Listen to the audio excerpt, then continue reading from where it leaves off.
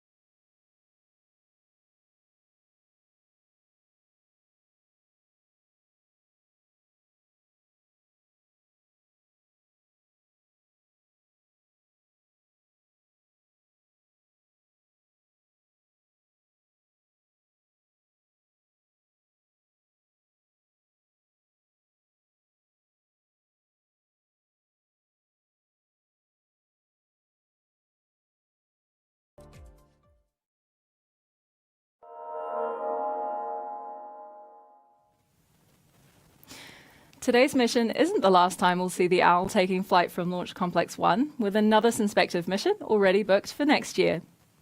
Now we're coming up on the T-minus 12-minute poll when our operators will run through the go, no-go calls with the launch director. Let's listen in to Mission Control to wait for the call.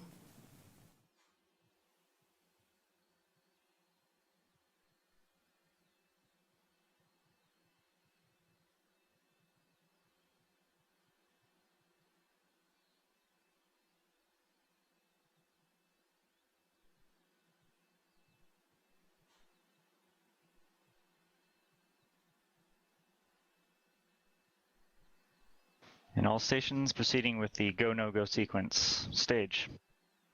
Stages go. Avionics. Avionics is go. GNC. GNC's go. Econ. Econ is go. T1. T1 is go. GC. GC is go. PLS. PLS is go. RSO. RSO is go. MET. Met is go. MM. MM is go. LD SUP. LD sub is go.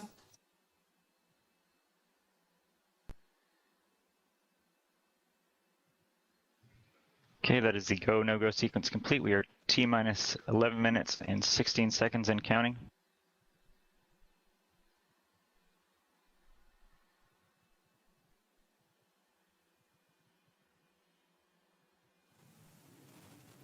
That's confirmation from Mission Control. All systems are healthy and we're proceeding with the remainder of the count.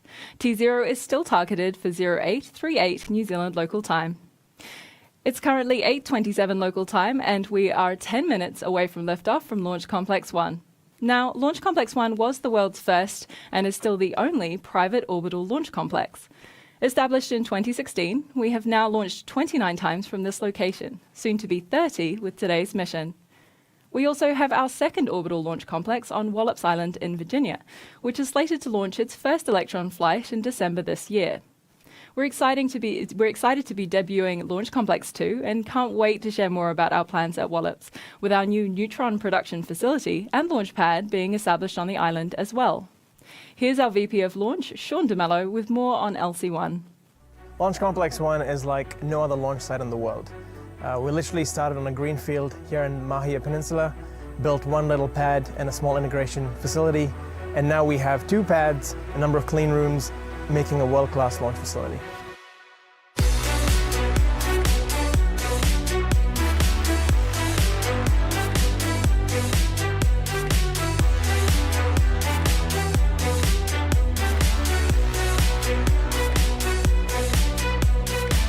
We created a launch complex that was capable of launching once every 72 hours to a range of inclinations, right from mid-inclination, about 30 degrees, all the way to sun-synchronous orbit, all from Launch Complex 1.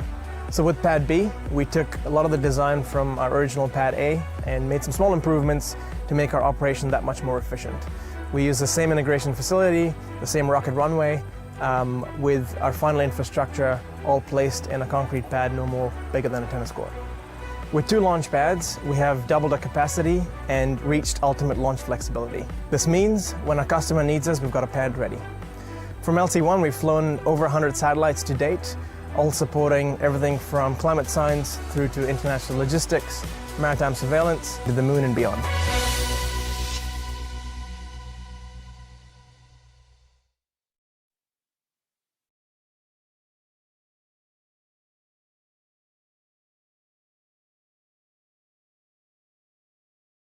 S-band has switched to high powerful flight. Stage LD mission. LD stage. Proceed with sequence 57, the stage terminal checks. Proceeding with sequence 57.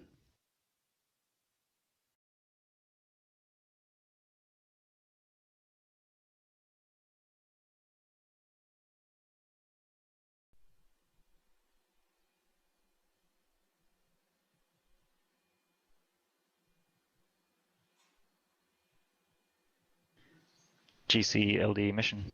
LDGC. Proceed with sequence 58, launch pad ready. Roger, proceeding with launch pad ready. Stage 1 and Stage 2 high voltage batteries ready for flight.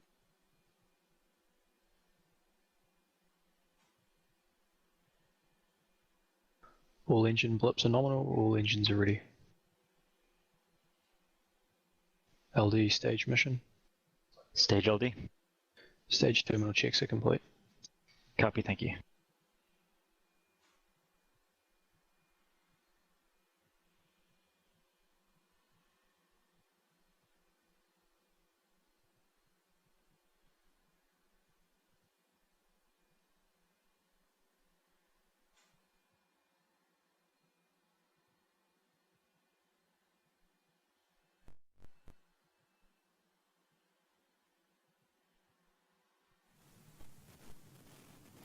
As we prepare for launch, we're checking off a few more achievements for the year. 2022 has already been packed full of milestones. Our first launch from Pad B in February, our first helicopter catch recovery mission there and back again in April, and the success of the capstone mission to the moon for NASA, the first step in the Artemis program in July. Today's mission is also a landmark for our Electron program, including the 300th Rutherford engine we've flown to space and the 150th satellite delivered to orbit.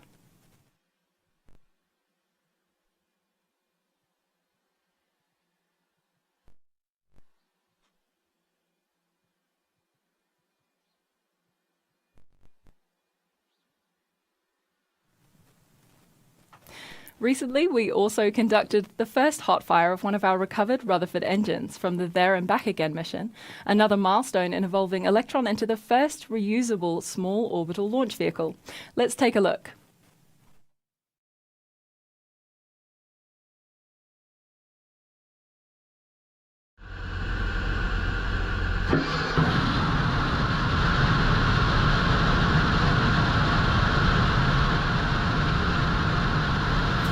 The movement of that engine is just part of our nominal test profile.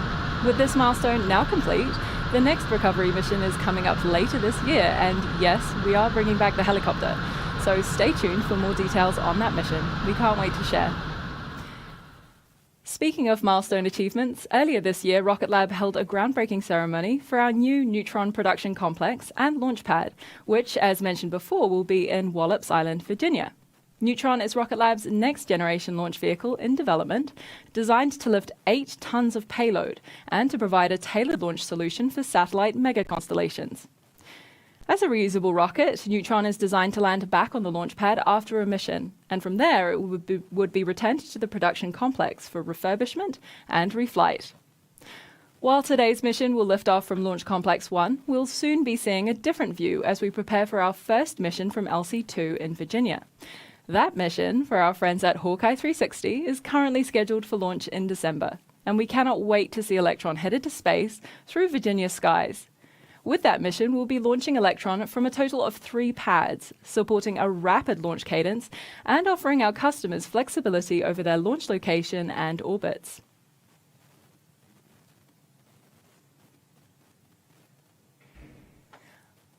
We are now moving towards the final stages of liftoff with T-minus 4 minutes remaining on the clock. At T-minus 2 minutes, Electron moves into terminal count, and the rocket's flight computers take over the countdown. Shortly after the 2-minute mark, we should hear the call that liquid oxygen loading is complete, which means that the vehicle is fully fueled and good to go. The next gate after that is the signal that the first and second stages are pressurized for launch. And finally, we await the 10-second countdown to liftoff with our launch director, Joseph Carpico. Let's listen in to Mission Control for these final steps ahead of liftoff.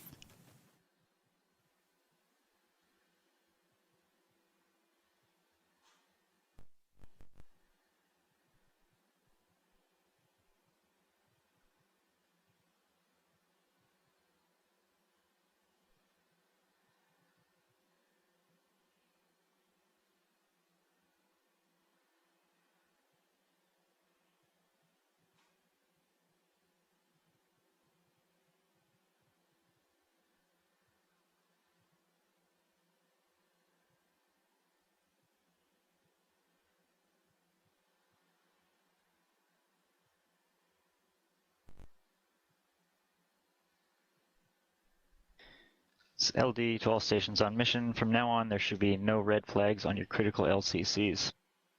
VCON LD mission. LD VCON. Confirm all expected flight computer ASGOs are green. Confirmed ASGOs are green. And please lock the auto sequence and confirm. Confirmed. Auto sequence is locked. Okay, we're go for auto sequence start at T minus 2 minutes. LD is go for launch. LD Shadow, confirm go for launch. LD Shadow is go for launch.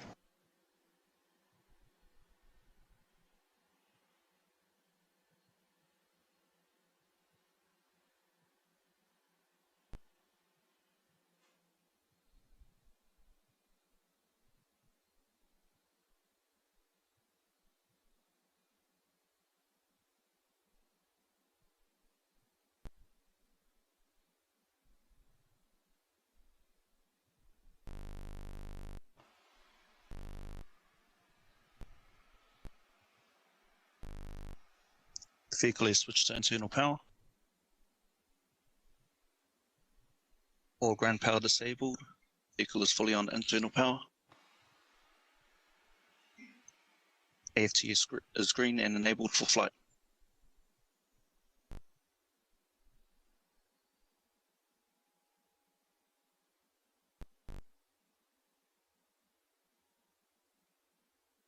Locks load complete. Lock system in recirculation.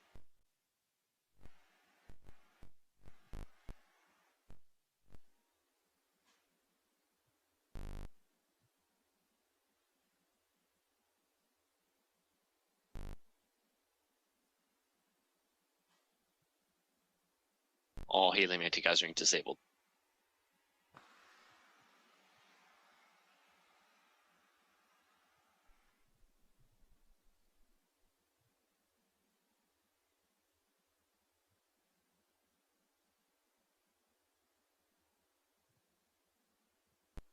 Stage 1 and Stage 2 tank suppressed. High flow engine purge enabled.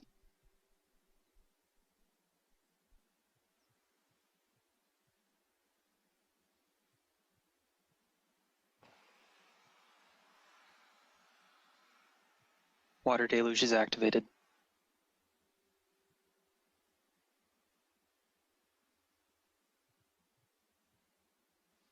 T minus 20 seconds and counting.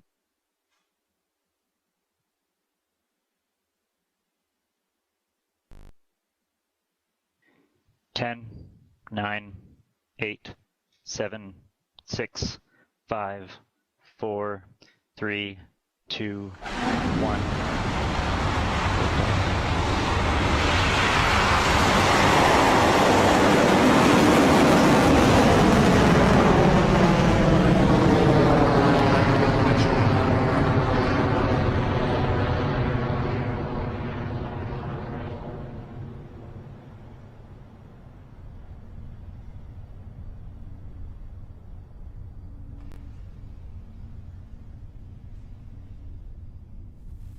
Stage 1 propulsion is Our 30th Electron has taken to the skies, having successfully lifted off the pad at Launch Complex 1. You can see the distinctive shape of the Māhia Peninsula below as the vehicle is on its way to space, carrying our 300th Rutherford engine and 150th satellite. The next critical stage in Electron's flight is Max Q, maximum aerodynamic pressure. This is when the vehicle's velocity and local air density are at their maximum and the vehicle experiences the most mechanical stress. We'll hear that call from Mission Control when Electron clears that stage of flight.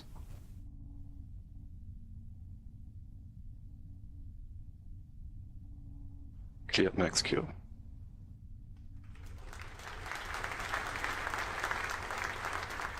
Electron has successfully passed through Max Q and at an altitude of just over 15 kilometres is well on its way to pass the Kármán line and enter orbit. The 9 sea-level Rutherford engines on the first stage are operating nominally and we are approaching the next series of events in the mission. The first step after Max Q is MECO, or main engine cutoff, when those first 9 engines throttle down before shutting off completely. This slows the vehicle marginally before the first stage separates from the vehicle. Once this is complete, the second stage space-optimized Rutherford engine ignites to take the payload and kick stage the rest of the way into orbit. These 3 events happen in quick succession, so keep an eye out and listen in for the call from Mission Control. MECO in roughly 30 seconds.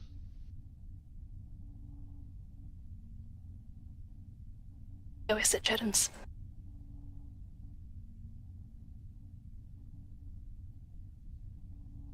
15 seconds to MECO.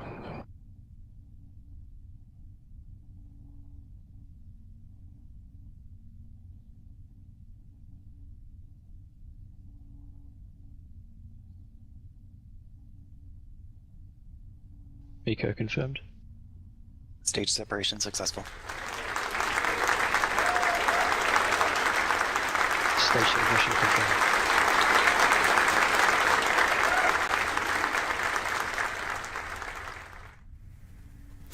Done, done, and done. With that, we've confirmed MECO, stage separation, and ignition of the space-optimized Rutherford engine on the second stage. At this point, as Electron has cleared most of Earth's atmosphere, it can also jettison the payload fairing, as it is no longer needed to protect the payload.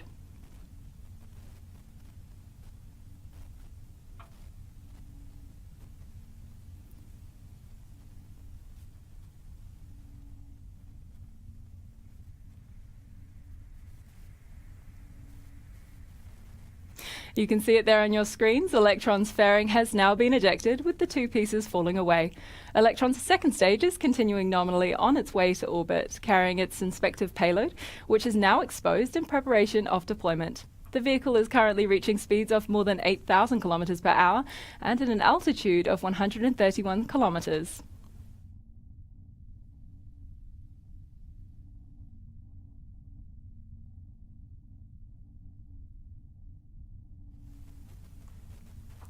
The vehicle is continuing nominally on its flight to low Earth orbit, currently traveling at a speed of over 9,000 kilometers per hour and an altitude of 140 kilometers. As Electron lifted off the pad, you would have seen big clouds of what looks like smoke billowing out from under the vehicle. That's actually steam, produced as the exhaust of the engines makes contact with the water deluge. We use water to absorb the immense sound energy produced by those 9 Rutherford engines at liftoff.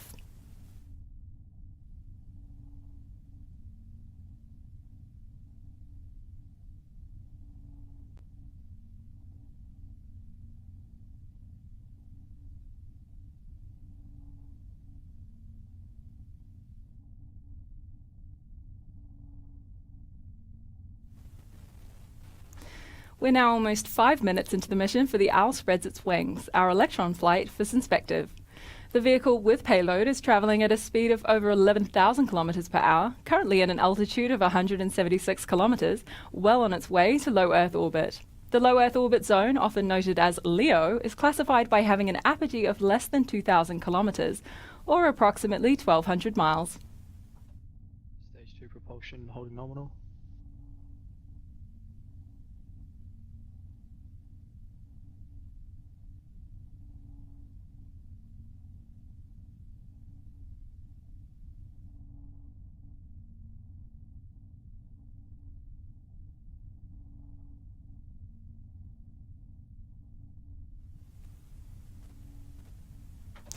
Next up is a step we refer to as the battery hot swap.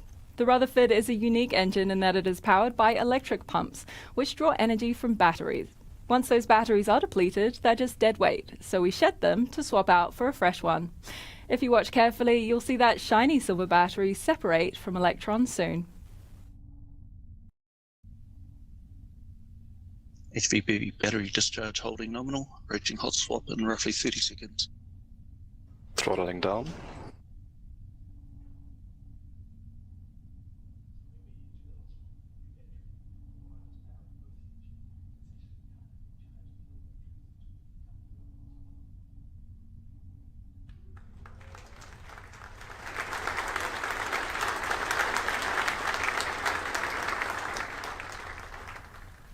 You might have seen it there. Battery hot swap has been successfully completed, and a new battery is powering the second stage onto orbit.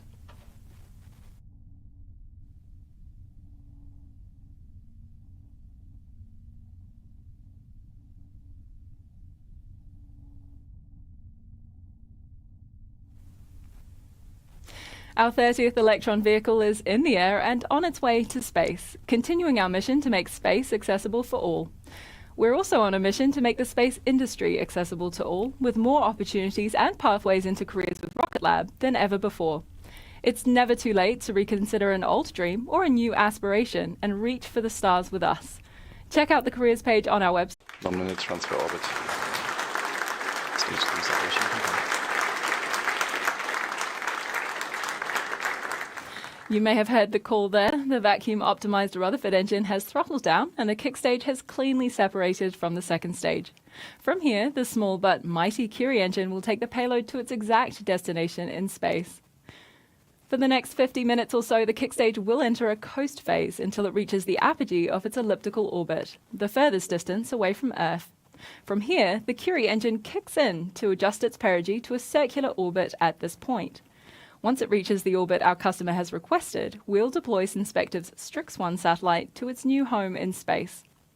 We won't have a live video feed from the kick stage on this mission, but we will stay with you on this webcast to bring you a simulated view of payload deployment. We'll take a bit of a break on the webcast now, but we'll be back with you closer to payload deployment to listen in on those final moments from mission control. This last step in the mission is expected to take place at T plus 53 minutes, and we'll see you back here then.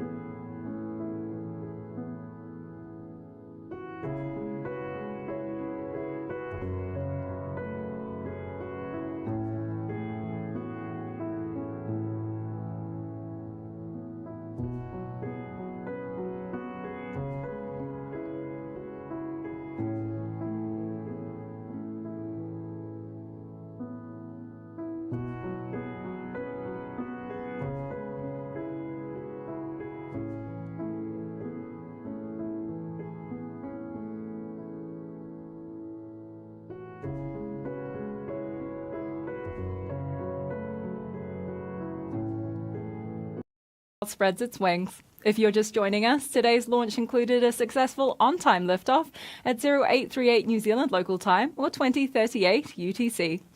The Curie engine on the kick stage is completing the burn to circularize its orbit, with Synspective's Strix-1 satellite on board. Once this maneuver is complete, we can deploy the satellite to its new home in space.